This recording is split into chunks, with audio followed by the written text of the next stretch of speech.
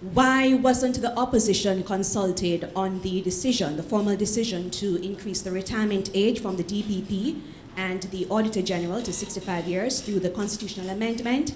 And will you be sending JDF soldiers to Haiti? And if so, what's the objective? The objective of the government of Jamaica in increasing the pension age of the two offices that are constitutionally acknowledged, the objective was to fulfill a government policy. The previous PNP administration also carried that discussion as was part of IMF considerations. In 2017, that found its way into legislation, cabinet decision, and then legislation moved by the Minister of Justice. It was debated in Parliament, so if you're asking about consultation, that is the ultimate consultation. So the issue of the increase in the pensionable age is something that has been well defined. The question is, why would there be an objection to this? And it would appear that the objection is not uniform. The objection is to one particular office versus another. The question is, are we sending troops to Haiti? Yes, but an important caveat is that we just can't, on our own, as I've said, get up and send troops. We just don't have the resources. But even so, even if we did, you want to have an international imprimatur to do so. We have said it before. Yes, we are the first to say so. Tourism has rebounded. The gap between imports and exports is closed. The currency remains very stable. The public sector's got a bump. Post-COVID, can you point to any other Caribbean countries or small island developing states which can talk to this, and can you make a comparison?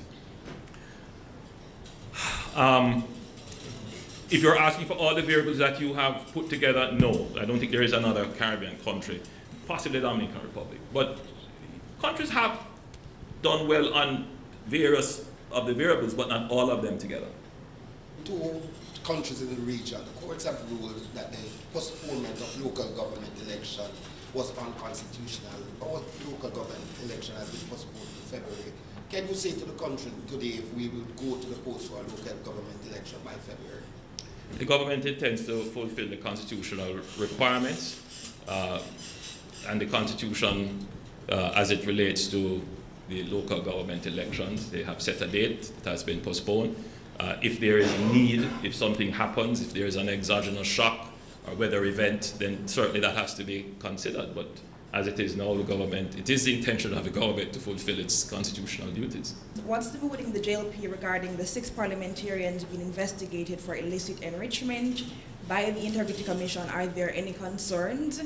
And what's the JLP's response to members of the PNP suggesting the extension of the DPP's tenure is connected to these investigations and the JLP wanting to maintain some kind of influence in the office of the DPP? To your first question, I would say nonsense.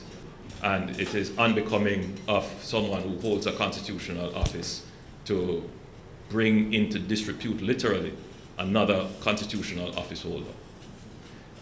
As it relates to the matters of the Integrity Commission, my own position is that I don't discuss those matters.